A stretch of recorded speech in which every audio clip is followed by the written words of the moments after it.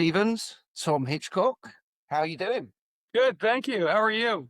I cannot complain, my friend. I'm in good spirits. So that's a strong accent you got there, Matt. I'm the only one with a strong accent. I don't think so. Whereabouts you from? Florida originally, but lived in a few states with the construction business across the U.S. and a little bit in Australia. Where's you based now? Well, Sydney, or if you want to be specific, Wentworth Point. If anybody knows the geography here. Yeah, nice. Sydney's now home for you. Yeah, it's been so for a while. So Yeah, good. Okay, well, listen, we don't know too much about each other. It's pretty common on these episodes that to be the case. But people are tuning in to hear your story, how it may help them, what antidotes there are, whatever the case may be. So tell us a little bit about yourself, Matt. Well, I covered the industry for about 40 years, and then not on a dare, but I did get my PhD as a challenge to myself, and there was an all call in Australia for PhDs with industry experience, and so I answered that and was selected at the University of Melbourne, which was quite an honor, and just like Western Sydney, it's been a real nice existence. That's been going on for a while. I've tried to add to the industry, as you might, I think you picked up from my books and my postings and my long form articles, things like that, conference papers. I really try to address the industry realities, which is, the objective truth, or at least the relevant problems that we have in the industry. Okay, so please share, elaborate. I'm keen to hear more of this and where you want to focus this on.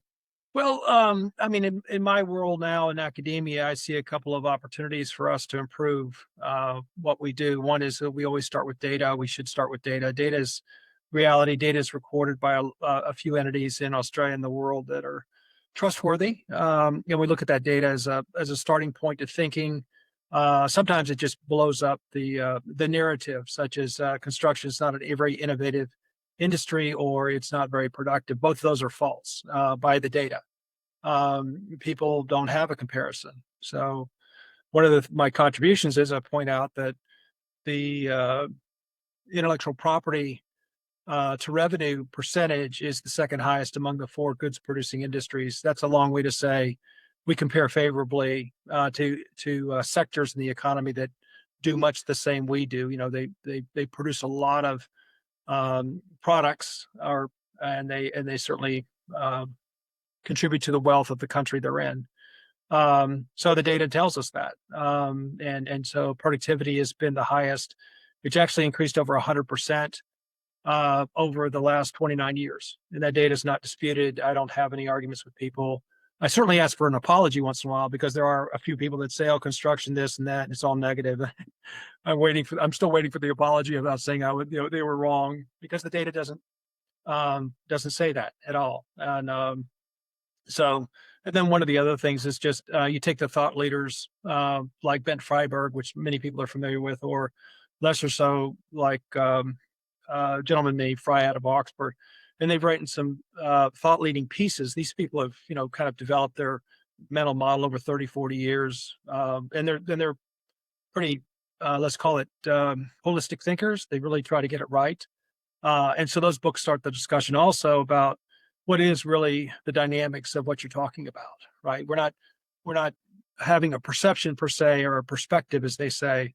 We're having a starting point that really is from somebody who can be trusted, and again has studied very deeply into these areas that we're interested in. So I apply those books, many of those books, about 40 now, to the construction contracting industry. I think it helps the perspective, as they say, right? The integrated mental model, not the perception, which tends to be emotional, but the perspective, which tends to be fact-based. Yep, I agree. But the data is an interesting one, because I remember when I was studying myself, when we lent into data quite a bit. It was in sociology and a bit of psychology as well. And but what we did find is you can have the data integrity. So you can say, you mentioned it there, having a trusted source. So it's black and white. It is what it is. Yeah. But it's the interpretation of the data where things get skewed. Okay, Mhm. so there could be an element of bias or Yeah. invested interest, and they give you a snapshot of that data. But this tells us this, but not necessarily the bigger picture. What's your thoughts on that? Probably bastardization of data.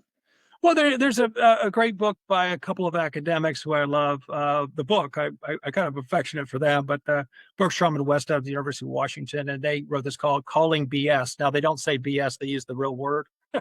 And so what they do is go through this evolution of lying, not only with words but with data. We used to say that gentleman was a BSer. He would say a bunch of things like a salesman, and we'd say, oh, just you know, we have to put up with that, or we filter that. But what they're saying is it evolved into data being misrepresented. So I think you see that some people that are familiar with this topic know about the hockey stick. I won't go into that in depth. They also know about some of the counting, the way things are counted, the way things are compared. And there's simple rules about that. But again, our society has evolved into, let's call it, pushing an agenda with data, not only pushing an agenda with words.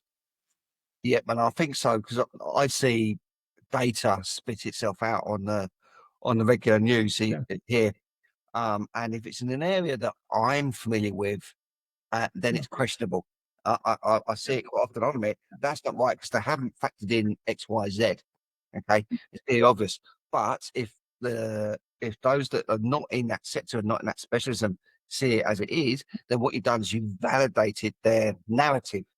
It's reinforced. But it is, well, the data doesn't lie. Well, Yeah. it's not necessarily the data; it's the medium. Yeah. Yeah, it's a problem, and I mean, I've gotten to the point where I actually give references in LinkedIn posts. Certainly, the book analysis that I do, I always give references so people can check it. The repeatability I think is heavy in sociology. We're getting to that point with some of the other fields of study where they need to actually present the data and say, yeah, take a look at it and analyze it the way we did, or at least the way you think it should be, and you should get the same result if we've been honest brokers. So And your PhD, so you did the PhD in the States, in Florida? yeah, University of Florida. I'm a Gator, if you're familiar. Yeah. Okay. And yeah, I do know the university. I know some people there as well, actually. Oh, Well, what did you do your PhD in? I'm one of the few people. I always say construction, and then watch for other people to look at me funny and say, "Is he making a joke?" And it actually is. The formal title is construction management, or design, construction, and planning at the University of Florida level. If you're talking to the provost or the president, but I always say construction to get people's attention. I had my undergraduate in construction management. I got my master's in business, MBA, from a very good school in Florida. And so I kind of come at this from maybe construction intensive, but having the business part of it. And I would recommend anybody thinking about their advanced degree to go into get their business administration degree and really understand the business, because that's what makes you a business person, right? You know the technical part now. You know the different ways to let's call it advance your goals in your business because you have the MBA and you have some understanding of the dynamics of business. Yeah, okay. And do you reckon doing an MBA is an essential prerequisite or preference? So, To me, it makes you less naive, and I think that's important to say because we do have a distracted world where if we talk about individuals or talk about young people, I'm not saying any one individual, but boy, I really see a lot of folks distracted by bits of information across the internet and across social media where there's no integrated model, and the MBA forces you. If you go to a good school, there's great schools. Most of them are really conscientious, but they're just bringing together all these dynamics and saying, this is how you have to behave to be successful or to advance your business in a negotiation, in a contract review, in dealing with people, obviously dealing with procurement and some of the other things you deal with. Cash flow is huge in construction; that can't be ignored.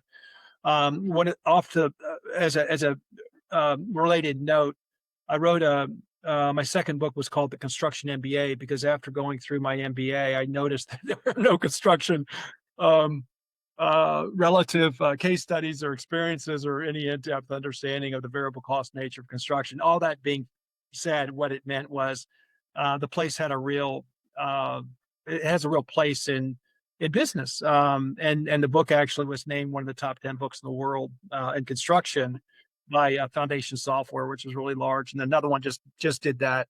But the point is that when you take construction and you think about business, they kind of sort of think that it's more craft oriented and business, yeah, but that's not really a big deal. Well, yes, it is. And so the last book I wrote, which was in 2025, was 929 pages, called Construction Contracting Business Management.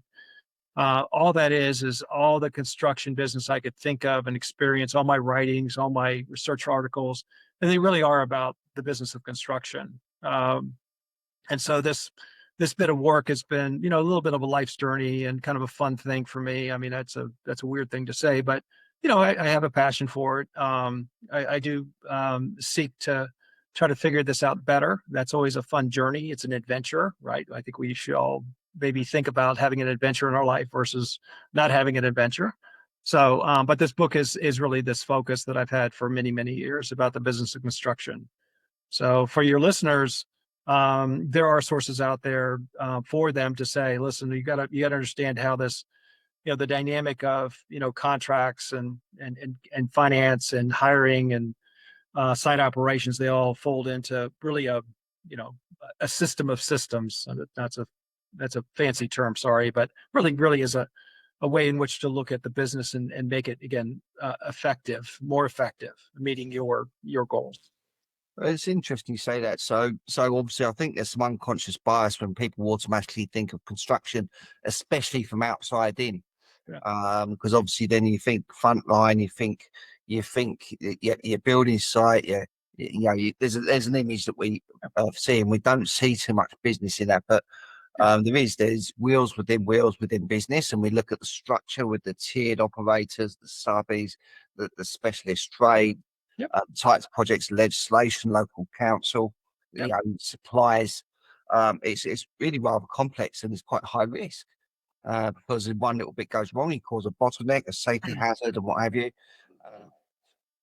Obviously, the ongoing support to minimum standards is quite high, and you don't have that in many sectors. Yeah, the business I think is looked at one of two ways. One is a growth business like capitalism, which is one way to look at it. I don't agree with that because it's a craft business, it's very people oriented. It's limited by the people that you can find. You first got 10 people that have been working with you.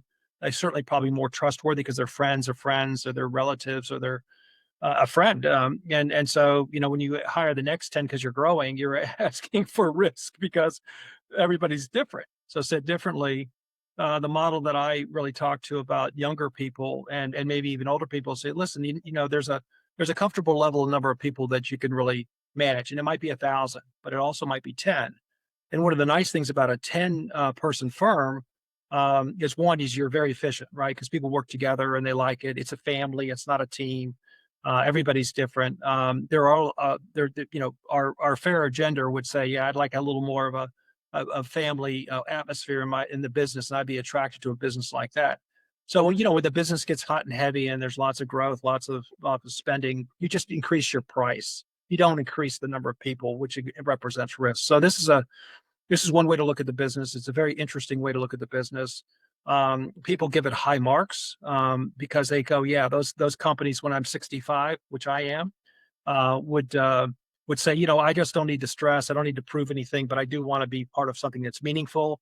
And a couple young people in this 10-person business, yeah, that'd be kind of fun for me to mentor them and make sure there's a certain amount of fairness in their career and in their dealings, and maybe I can stick up for them once in a while as the bully, comes visiting, and I go, no, you're not talking to them that way, kind of thing. Which I would say a lot of older construction guys say, yeah, I've been there. I don't think that's very comforting at all. In fact, it's a bad memory. So let me not have that happen too often to the young people in my 10-person firm or whatever it is. So yeah.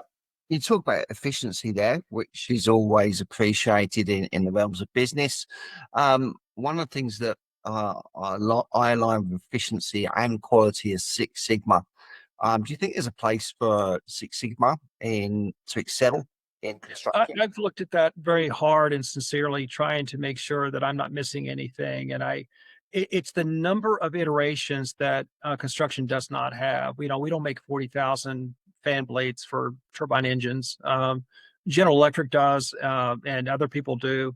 But what's interesting is the work sampling is the same, right? You have walking time, which is actually setup time. You have production time, which is actually, we call it primary time, and then you have wasted time, right? You have this neither supportive nor productive time. It's whatever else it is, smoking and joking, or I don't have the instruction, or I'm waiting for a piece of a piece of material. Six Sigma's got its place. It's just hard. There are places it can be, especially in the construction manufacturing or material science area, because we do produce 40, 50, 100,000 of these things.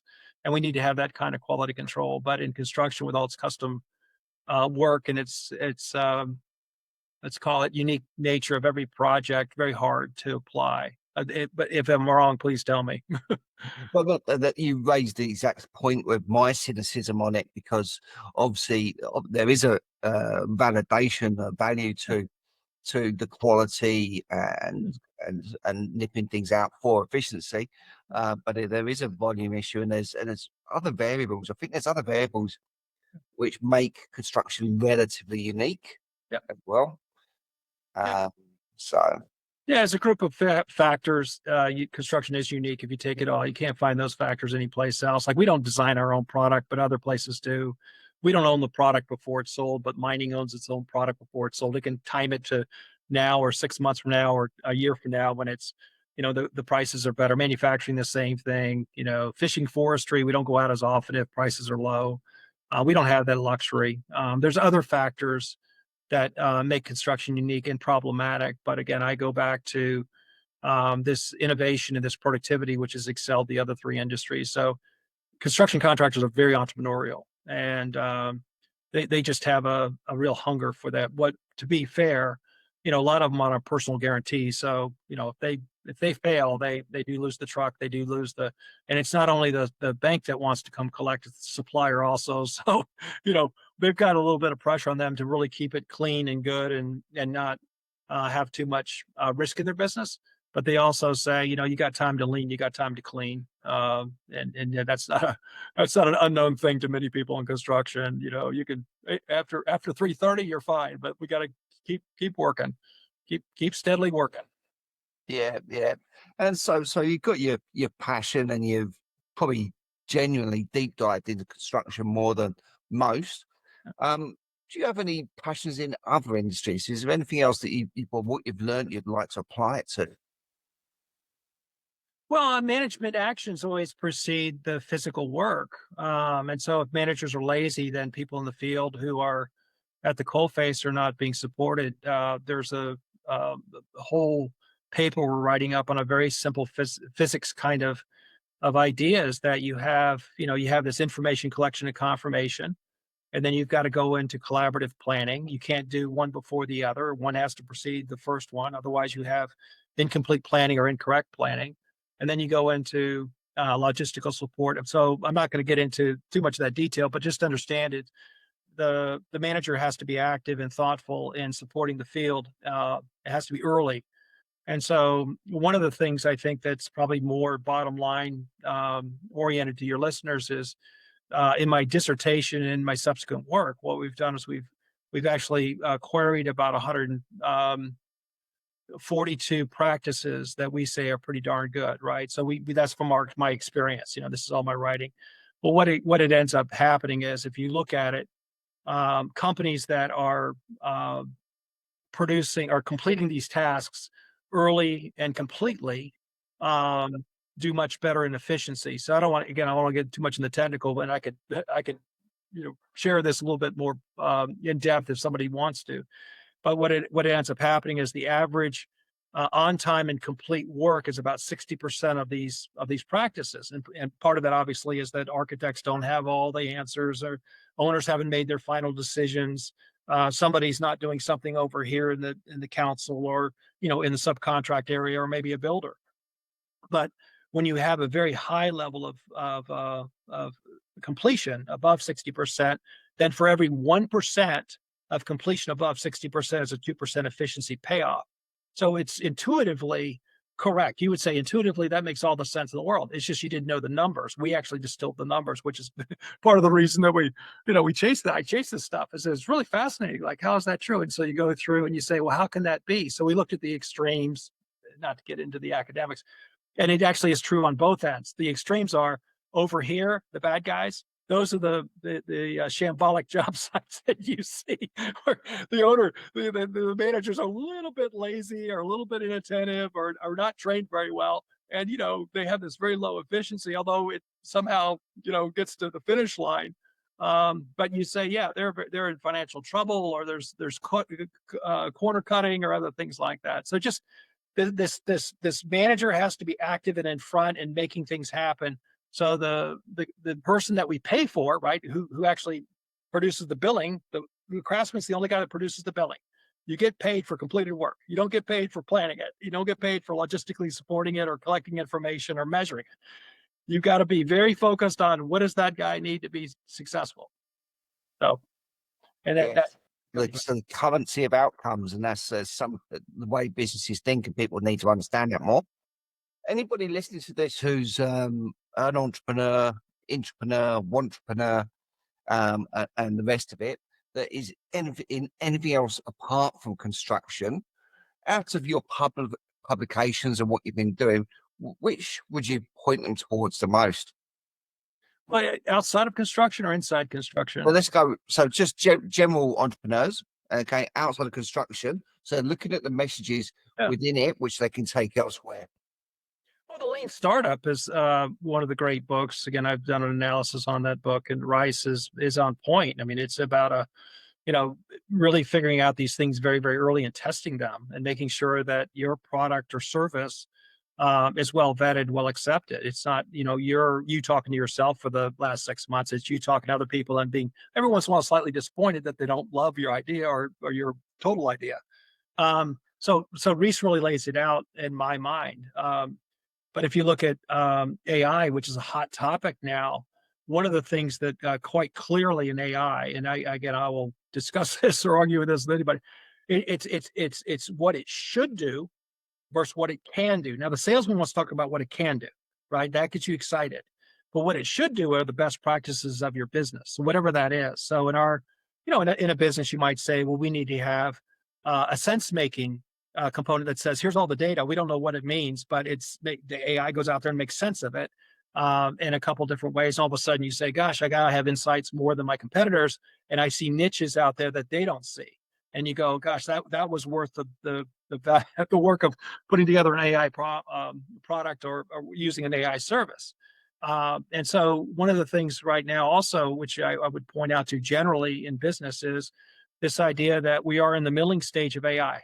We are in the milling stage, which is all opinions are kind of equally weighted. Nobody's come out and said, that terrific thing. Everybody says that's the expert, that's the person. And so we have to get to what's called a keynoting stage. A keynoting stage is that actually we consolidate and say, yeah, there's like 25 people in the world we really listen to.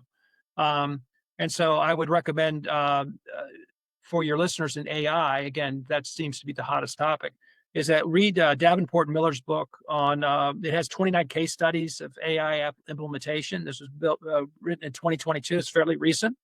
It's not current, but it'll give you a good starting point.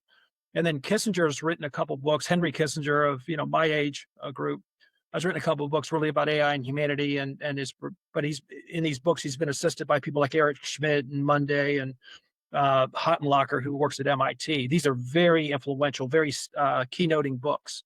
And so you're not walking in there naive, right? You're not walking in there and saying, well, I'm hearing all these things. It's kind of confusing. No, these are the guys that have been wrestling with it for 40 years. In fact, they created a lot of it, or they influenced a lot of it. And so those kinds of getting to that keynoting stage with the thought leaders is what, now you choose your thought leaders. I choose mine. Not everybody loves, everybody equally, but you would help yourself to quickly make sense of this confusing milling stage, which we're seeing now. Yeah, that's fair enough. And there's some good pointers there for people to take away, that's for sure. Also, for those same people, and it's inclusive of the construction industry clearly, if anybody listening to this would like to make contact with you, Yeah. ask some questions, engage you in some capacity, maybe, what would be your preferred medium for contact? Yeah, just contact me on LinkedIn. It's very friendly, and I think everybody realizes that it's a good arbiter. Freedom of speech is still alive and well, and you can read my things and see if I know anything, if I'm helpful, if I have any insights that you feel like um, could lead to a productive conversation. Uh, that's pretty good. I'm at Western Sydney University proudly. The university's been very supportive, gives me lots of room to roam. I keep up my end of the bargain by trying to really chase some of this stuff, and then respecting all the things I need to do as an academic. But I'm still an industry person at heart. That's why I came up. So, Love it. Brilliant. Well, thanks again for your time. I enjoyed the conversation, mate. all right. Thanks, Tom. Thank you for watching this episode. I hope that you did enjoy it, had lots of takeaways from it. As before, please subscribe below so you can keep on top of any new releases we have. And also, if you would like to have your story told, just reach out with me and I'd love to give you that platform. My best email address is tom@purplepatchconsulting.com. Thank you.